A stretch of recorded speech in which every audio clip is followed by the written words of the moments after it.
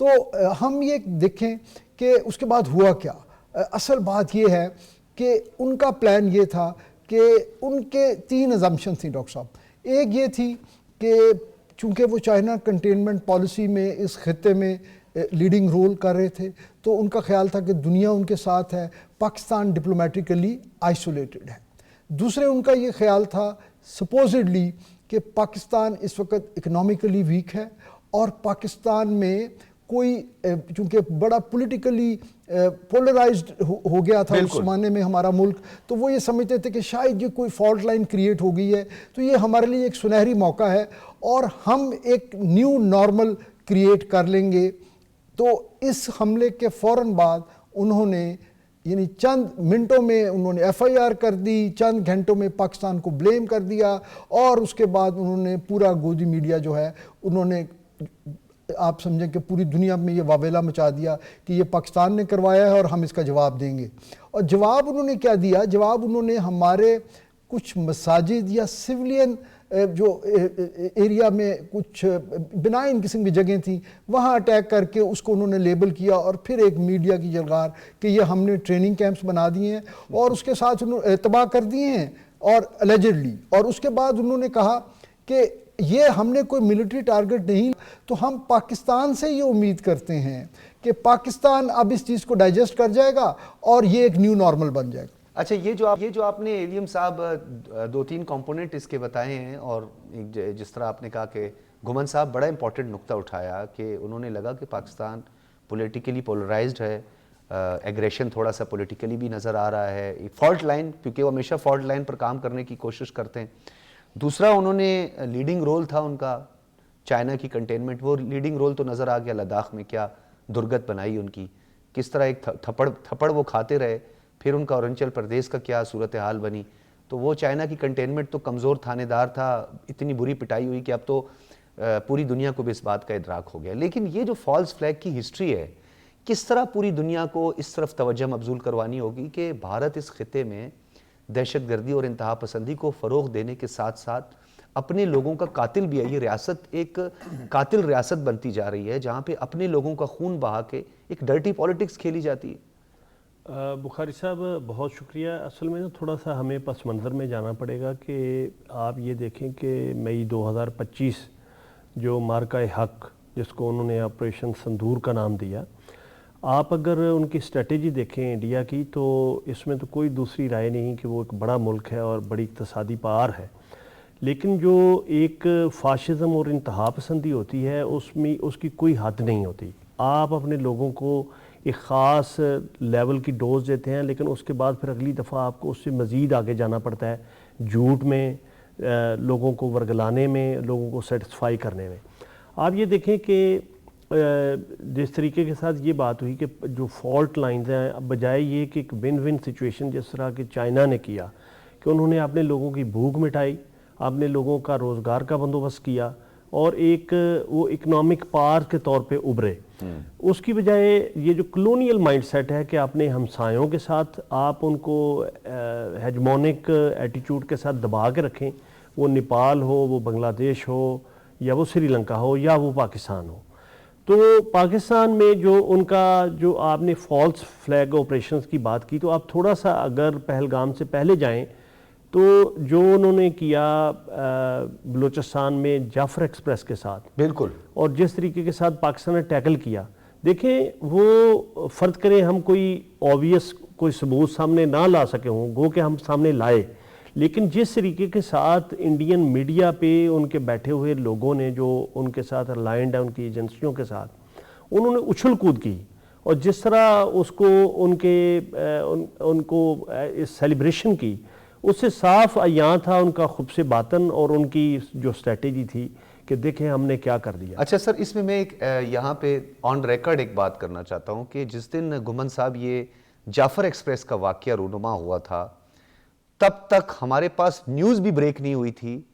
اور جو Indian anchors ہیں یا انڈین میڈیا ہے, جب انہوں نے مجھ سے رابطہ کیا تو ان کے پاس جو ہے سو کالڈ BLA کے وہ لیٹرز بھی موجود تھے کہ اب تک اتنے لوگوں کو ہاسٹیج کر دیا گیا, اتنوں کو مار دیا گیا, یہ سارا کچھ کر دیا گیا. تو وہ پری پلان تھا. آپ نے بالکل امپورٹنٹ نقطہ اٹھایا, میں چاہتا ہوں اس پہ تھوڑی مزید روشنی ڈالیے. مماثلت کی کوشش کی گئی جعفر ایکسپریس میں, جس طرح CNIC اور شناختی کارڈ چیک کرنے والی بسوں میں شناختی کارڈ چیک, پلوامہ میں بھی اسی طرح کا ایک پیٹرن اڈاپٹ کیا گیا تاکہ دنیا کو یہ بتایا جائے کہ اس میں پاکستان ملوث ہے. اصل میں نا وہ دیکھیں, وہ جو وہاں کے گورنر رہ چکے تھے کشمیر کے ستیہ پال ملک, انہوں نے بڑا واضح الفاظ میں کہا کہ جس طریقے کے ساتھ پلوامہ کا حملہ تھا جس میں 40 ان کے سیکیورٹی پرسنل مارے گئے, تو آلریڈی ان کا جو ہوم منسٹری تھی انہوں نے ڈینائی کیا ان کو بائی ایئر ٹرانسپورٹ کرنے سے. اور پھر آپ نے بالا کوٹ والا معاملہ دیکھا جس میں ان کو دھول چٹائی پاکستان کی فضائیہ کے جو ماہر ہمارے پائلٹس ہیں یا پاک فضائیہ نے.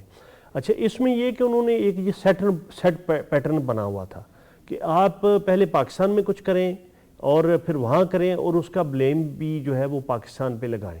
آپ یہ دیکھیں کہ اس دفعہ جو پچھلے سال میں صورتحال تبدیل ہوئی کہ پاکستان نے ایک فیصلہ کیا کہ ہمیں ایک ہارڈ سٹیٹ کے طور پہ سامنے آنا پڑے گا, اور یہ جو انڈیا کو زعم تھا کہ ہماری ایک ملٹری مائٹ ہے اور ہم ایک بڑی اقتصادی پار ہے اور ہمارے آگے کوئی بند نہیں باندھ سکتا, اور پھر یہ ان کو یہ تھا کہ جی شاید ہم جو چائنا کی ترقی کے سامنے ہم امریکہ کی طرف سے ایک تھانے دار کا رول پلے کر رہے ہیں اور ہم اس کی ترقی روک لیں گے. تو یہ ان کی ایک, آپ اگر ان کا پیٹرن دیکھیں جو پارلیمنٹ پہ حملہ تھا, انڈین پارلیمنٹ پہ, یا ممبئی اٹیکس تھے, یا اس کے بعد پلوامہ, اڑی, بالا, یعنی جتنے بھی واقعات کا تسلسل ہے اس میں پیٹرن ایک ہی نظر آتا ہے. اچھا, اس میں ایک چیز جو گمن صاحب, میں دوبارہ بھی آپ کی طرف آؤں گا, اس میں ایک اون شرازی جو پیٹرن تھا وہ گودی میڈیا کا استعمال تھا, جہاں گودی میڈیا نے ایک سیکولر سٹیٹ کو ہندو انتہا پسند سٹیٹ بدلنے میں اپنا کردار ادا کیا ہے. اور اب تو بھارت کے لوگ بھی یہ کہہ رہے ہیں کہ گودی میڈیا جو ہے یا ان کے مالکان سارا دن جو ہے وہ بی جے پی کے اجلاسوں میں, بریفنگز میں جو ہے وہ ملتے ہیں. تو اٹ مینز یہ کہ یہ سارا جو جس طرح پہلگام میں ٹائمنگ آپ چیک کریں ان کی میڈیا کی, تو یہ اسی تسلسل میں آج تک کام ہو رہا ہے. ڈاکٹر صاحب, بیسیکلی طور پہ اگر بھارتی فوج کی بات کریں تو بھارتی فوج کسی طور پہ بھی اس قابل نہیں ہے, وہ آپ زمینی فوج کی بات کریں, بری کی یعنی بحریہ کی کریں یا فضائیہ کی, کہ وہ پاکستان کے سامنے اس انداز میں ٹک سکے جس طرح کا ایک انہوں نے سو کارڈ قسم کا اپنا بنایا ہوا ہے. تو اس کے لیے پھر جب یہ نہیں ہوتا تو پھر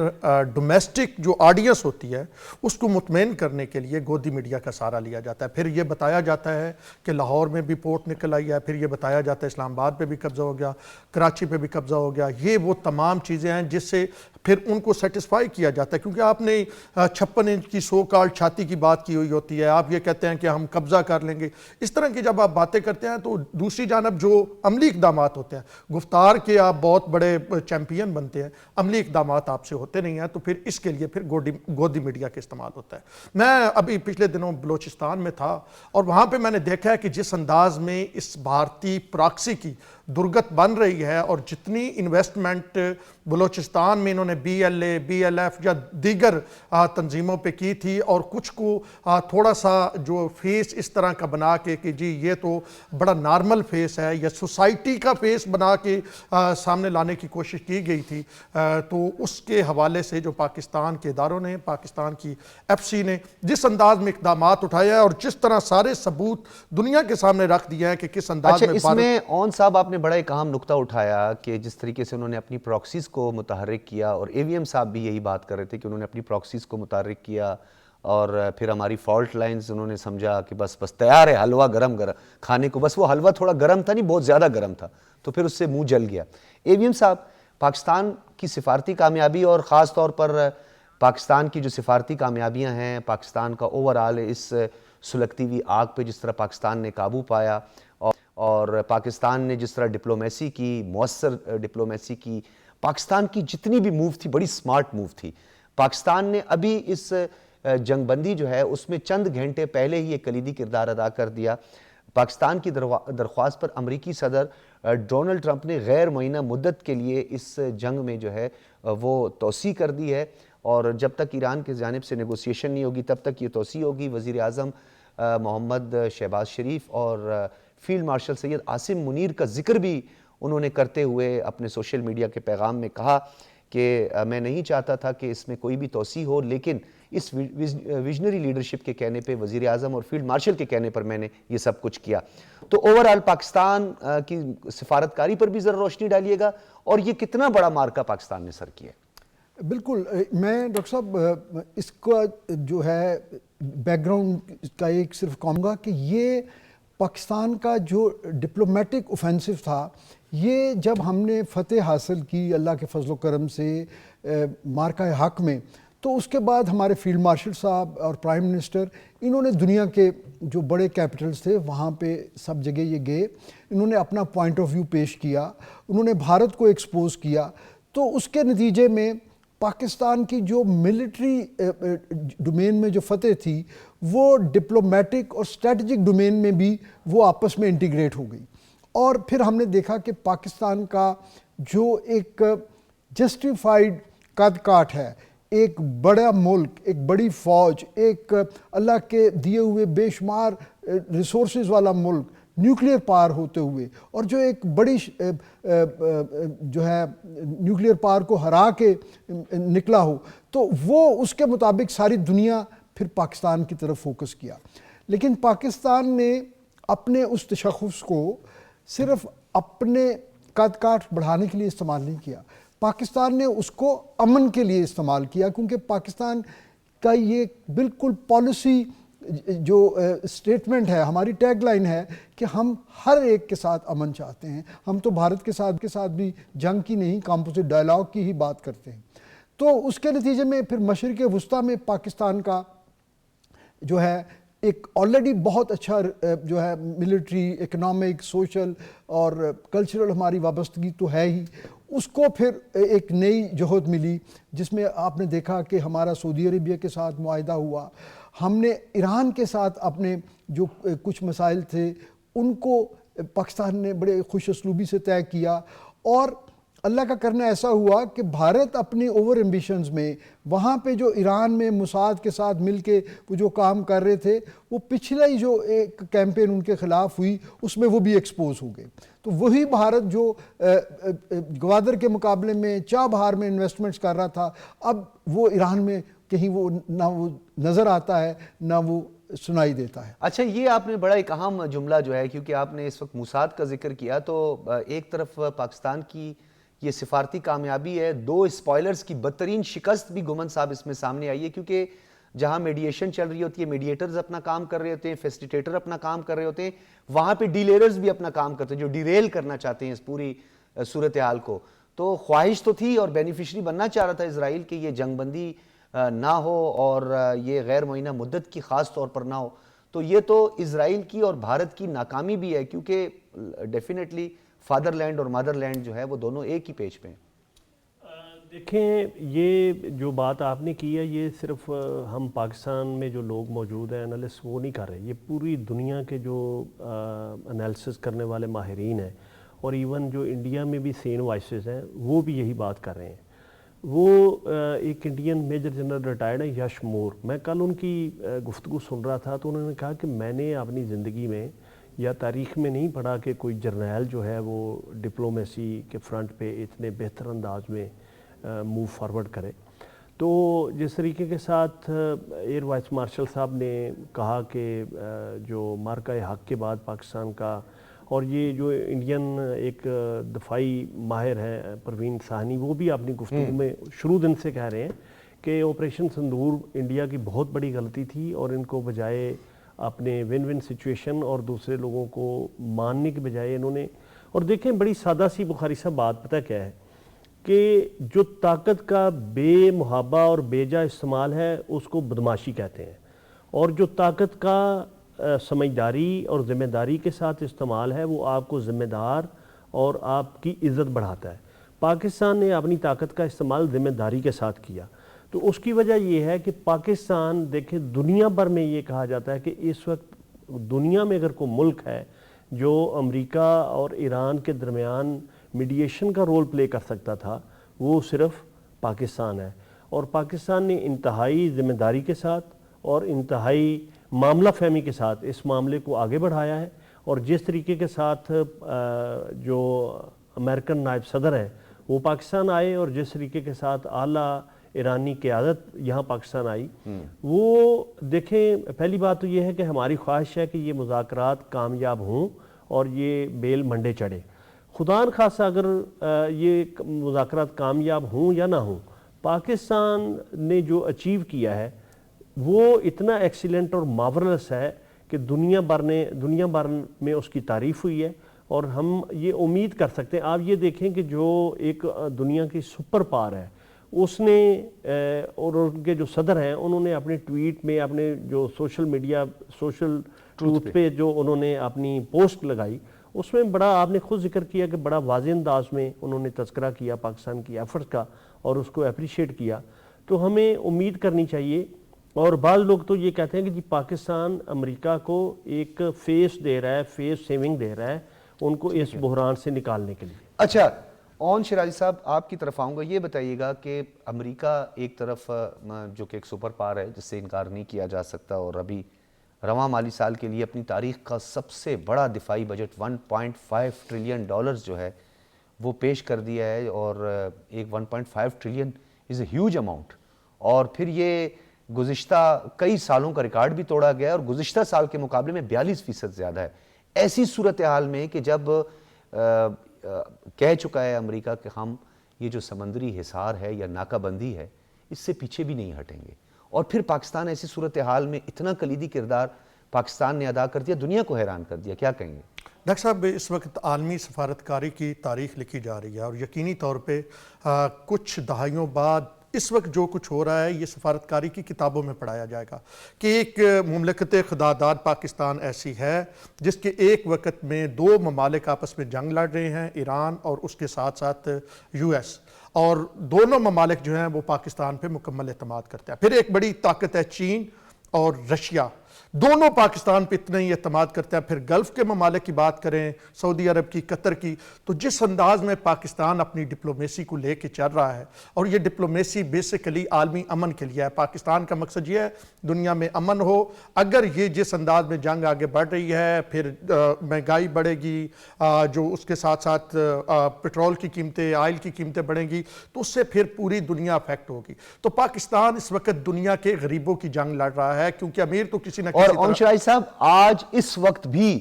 ہمارے ڈپلومیٹس، ہمارے فیلڈ مارشل، ہمارے پرائم منسٹر، ہمارے ڈیپٹی پرائم منسٹر، ہمارے DGI، یہ سب اس وقت کوششیں کر رہے ہیں کہ ایران کو ایک مرتبہ پھر امریکہ اور ایران کو ٹیبل تک لائیں. یہ 2 وے ڈپلومیسی چل رہی ہے، جہاں پہ ایک طرف جو گورنمنٹ ہے، سول گورنمنٹ ہے، وہ چل رہی ہے، ساتھ میں ہی عسکری جو ہمارے سپہ سالار ہیں جن کی اس وقت دنیا کا کوئی ایسا بڑا میڈیا ہاؤس نہیں ہے جو ان کی تعریف نہیں کر رہا. میں صبح نیو یارک ٹائم میں پڑھ رہا تھا، فائنینشل ٹائم میں پڑھ رہا تھا. اس کے ساتھ ساتھ ایون ہمارا دشمن ملک جو ہے بھارت، وہ جو ہے وہ بھی یہ ماننے کو تیار ہے کہ جس انداز میں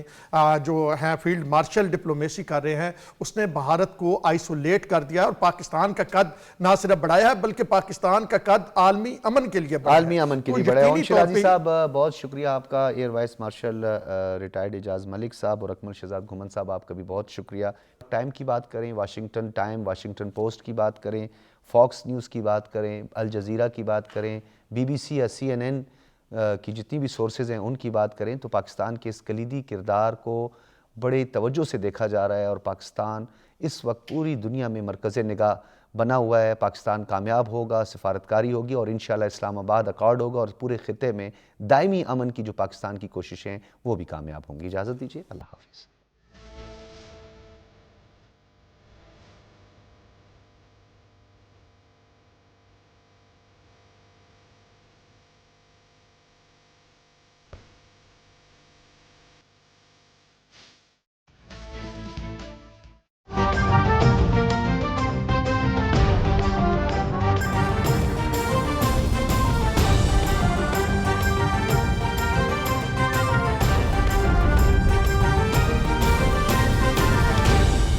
درست، ہر وقت، بر وقت.